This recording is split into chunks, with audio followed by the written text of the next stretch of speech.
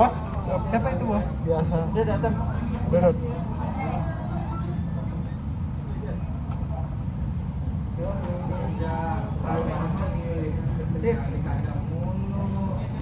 Yo.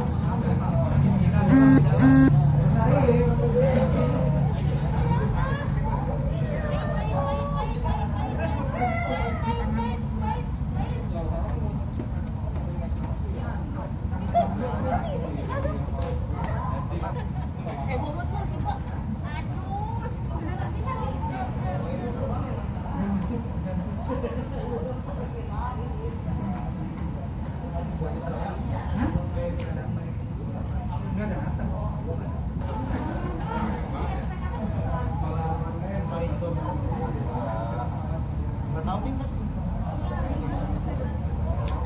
Ada kesini sih bu. Bes, lu kan tinggi, Bes. Woi, slow. Jangan mati-mati. Jaga jarak ya. Tahun ini kan ada permasalahan aku dengan partner ya, gitu. Dan alhamdulillah banget bulan lalu keputusan di Pengadilan Negeri Purwokerto bahwa kita terbukti tidak Wan prestasi. prestasi. Jadi kita alhamdulillah menang di Pengadilan Negeri Purwokerto. Lalu saya juga lalu yang saya lihat ternyata beliau juga melaporkan saya di Polda, dilaporkan saya di Polda. Dan alhamdulillah lagi keputusannya sudah jelas bahwa dihentikan lidiknya dikarenakan bukan peristiwa pidana tapi perdata, jadi tidak diteruskan laporannya beliau. Nah, dikarenakan selama 1 tahun 2 tahun ini lumayan energi saya terkuras, pikiran saya dan juga keluarga, jadi saya ingin memulihkan nama baik juga, karena kan walaupun banyak yang support tapi pasti ada juga beberapa pihak yang merasa oh pasti begini nih, walaupun alhamdulillah di pengadilan sudah terbukti, tapi saya ya udah berbicara sama suami dan keluarga juga kuasa hukum kita untuk melaporkan balik beliau untuk pencemaran nama baik dan lainnya gitu, karena memang kan saya selama ini nggak pernah bicara gitu, saya press con sekalipun itu saat-saat awal, habis itu saya maunya juga ini nggak sampai sejauh ini gitu, tapi karena beliau juga beberapa kali ada di mana-mana untuk mengklarifikasi, jadi karena saya diam aja karena saya pikir tadinya nggak akan sejauh ini gitu, tapi setelah saya pikir-pikir lagi ini kan udah pencemaran nama baik, dan juga saya kan juga punya kerjaan lain, saya juga punya banyak hal yang harus saya lakukan, jadi saya bersepakat dengan kuasa hukum dan keluarga untuk melaporkan balik gitu. Dan ini adalah BAP tambahan ya Pak ya, dan juga ada beberapa laporan lain ya terkait dengan media sosial, jadi sekalian hari ini kita datang. Kerugian materialnya berupa apa aja nih, Bunda? Yang pencemaran nama baik? Oke, selamat sore teman-teman semua.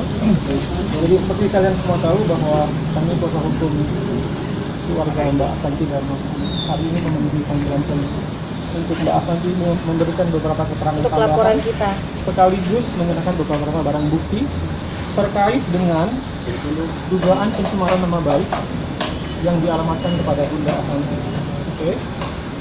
Kita sudah membuat laporan sebagaimana diatur di dalam pasal 27 ayat 3, pasal 45 ya, ayat 3 Undang-Undang ITE, junto pasal 310, 311 dan 55 KUH pidana.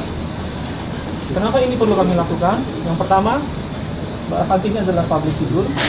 Beliau seorang pebisnis yang memiliki mitra bisnis.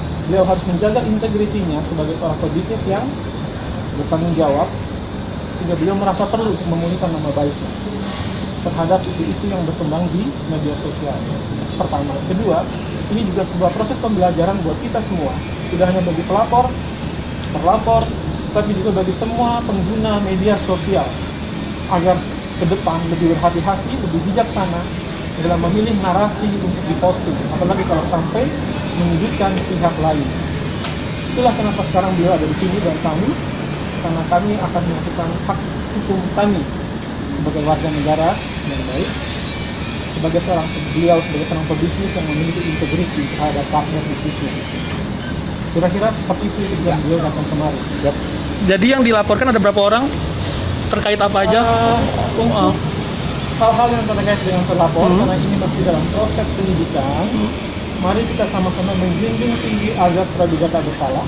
Silakan teman-teman nanti bicara langsung dengan orang yang berkompeten, which is penyidiknya langsung di cybercrime. Ya, mohon maaf kami tidak bisa mengekspor itu di sini.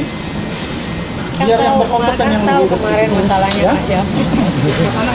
Bun, yang terkait tentang Loli sendiri gimana Bun? Yang baru di kemarin yang baru Iya, enggak. Sebenarnya kesini itu kan buat tambahan BAP kasus yang lama. itu. Sekalian juga kita minta petunjuk. Sama alhamdulillah terima kasih buat semua penyidik yang ada di cybercrime, luar biasa membantu banget karena bagi kita kalau misalnya ngata-ngatain kita berdua yang kita sudah biasa, tapi kalau ini udah ke ranahnya anak-anak, apalagi anak saya perempuan kan ini sudah di luar batas. Jadi kita meminta petunjuk baiknya bagaimana, karena saya juga bukan tipe orang yang sedikit-sedikit lapor kan enggak. Kebetulan ini ada laporan lain, sekalian tadi minta petunjuk ke kasus yang hasil petunjuknya laporin atau gimana? Iya, masih kita kaji. Yang jelas sekarang saya yang laporan ini adalah laporan kasus yang lama. Karena ini juga saya nggak akan ngelapor kalau nggak dilaporin duluan. Tapi alhamdulillahnya laporan beliau tidak terbukti dan alhamdulillah juga di pengadilan negeri alhamdulillah kita tidak terbukti juga. Tapi kita tidak tahu beliau akan banding atau enggak. Tapi bagi saya di stage awal aja udah terlihat bahwa nggak terbukti apa yang dituduhkan. Itu bagi saya. Untuk yang Loli sendiri gimana tanggapannya Bunda? Ya tadi saya juga tanya-tanya sama kita konsultasi sama pihak penyidik juga, karena kan juga saya nggak mau apa-apa sedikit, karena bagi saya dari 10 tahun kita bersama di medsos sudah banyak banget macam-macam, saya nggak pernah laporin kan gitu, karena bagi saya udahlah gitu. Tapi kalau udah ranahnya ke anak-anak dan udah parah ya, kalau cuma dikatain jelek apa aja bodo amat gitu. Tapi kalau ngatainnya udah di hal-hal yang menurut saya mengerikan, itu kan kita orang tua nggak ada yang senang kalau anaknya dibegitukan. Jadi tadi kita juga minta petunjuk baiknya seperti apa gitu. Tapi lebih ke laporan kita menambah BAP kita yang untuk kasus yang Berarti tidak ada kata maaf Bun ya yang terkait Loli Bun ya? nggak tahu, nanti kita lihat. Loli sendiri seperti apa Bun? Ini mungkin perlu saya jelaskan. Untuk kesnya Loli, Bunda dan Mas Anang masih mereservir hak hukumnya. Ya. Begitupun keluarga besar. Kalau dirasa perkembangannya semakin parah, semakin buruk, Pasti kita maka beliau berdua dengan tidak segan-segan akan melakukan upaya hukum. ya. Walaupun Makanya misalnya kembali beliau menghimbau kepada orang di luar sana, berbijaklah, berhati-hatilah di dalam membuat narasi di media sosial. Karena ini menyangkut masa depan orang lain. Karena kan kalau tiba-tiba anak kita makan misalnya mau menikah, nanti dikabarin buruk-buruk, nanti dia jadi stres atau apa, atau nanti anak kita yang kecil, atau anak kita anak kan ada 4 gitu, nanti takutnya kalau pihak lainnya nggak nerima atau percaya atau apa kan itu nggak baik kan gitu. Jadi kita meminta petunjuk baiknya gimana supaya ke depan nggak ada yang nggak berani sejauh ini lagi. Nggak akan kemarin kita bisa buktikan kan sudah dirilis di Instagramnya Bunda Aurel. Tapi tantenya sudah meminta maaf katanya. Artinya itu, bahwa kita bisa merilis ini, bahwa hal-hal seperti itu di Indonesia, saya setuju bahwa pergunakanlah sosial media dengan tujuan yang baik dan dengan cara yang baik. Karena apapun juga pasti hal seperti itu akan terungkap.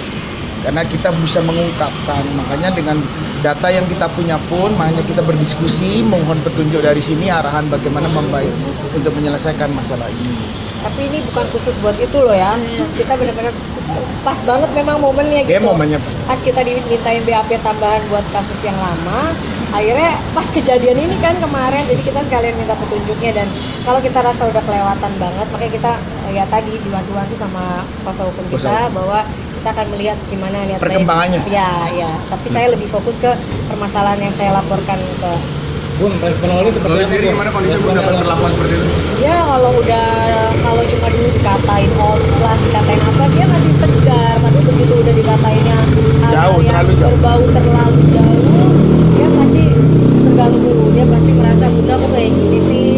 Apalagi kan sekarang dia merasa dia lagi deket juga sama orang, takutnya begini kan banyak berkepikiran begitu. Kalau dibiarkan takutnya tambah makin parah soalnya gitu, bahasanya kan kita jadi orang tua juga nggak terima dong lihat anak digituin kan gitu.